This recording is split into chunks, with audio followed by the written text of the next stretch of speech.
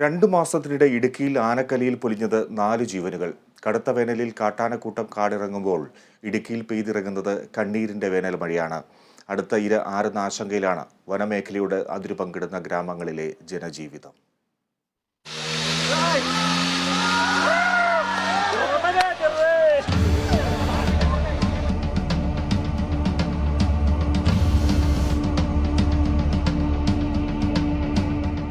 പതിവ് പോലെ തോട്ടത്തിൽ ജോലിക്ക് പോകുന്നതിനിടെയായിരുന്നു പന്നിയാർ സ്വദേശിനി പരിമളത്തെ കാട്ടാനാക്രമിച്ചത്. സ്വന്തം കൃഷിയിടത്തിൽ കൊച്ചുമകനുമൊപ്പം ജോലി ചെയ്യുന്നതിനിടെയായിരുന്നു BL സ്വദേശി സൗന്ദർരാജിന് നേരെ ആക്രമണമുണ്ടായത്. കോയമ്പത്തൂരിൽ നിന്നും മൂന്നാറിൽ വിവാഹ ചടങ്ങിനെത്തിയ പാൽരാജും ആനക്കലിക്കിരയായി. ഒടുവിൽ ഓട്ടോ ഡ്രൈവർ മണിയും.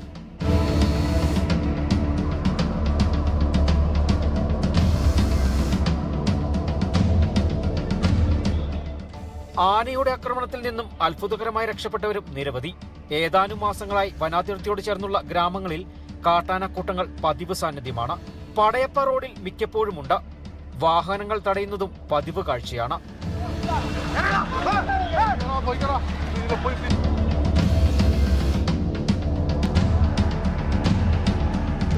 BL സിംഗുകണ്ടത്തും തമ്പടിച്ചിരിക്കുകയാണ് ചക്കക്കൊമ്പനും മൊട്ടവാലനും.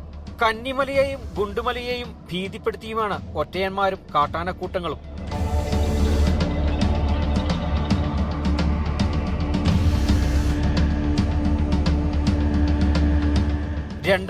മുതലുള്ള കാലയളവിൽ മൂന്നാർ ഡിവിഷനിൽ കാട്ടാനാക്രമണത്തിൽ നഷ്ടമായത് 47 ജീവനുകളാണ്. ഏതാനും വർഷങ്ങളായി ആനാക്രമണം മുൻകാലങ്ങളെക്കാൾ 10 മടങ്ങ് വർദ്ധിച്ചു. ഒരാള് ആന കൊന്നു കഴിഞ്ഞിട്ട് ഓടി വന്ന അയ്യോ ആവോ എന്ന് പറഞ്ഞിട്ട് കാര്യമുണ്ടോ? ഇനി അടുത്ത് വരാതിരിക്കാൻ നോക്കണം.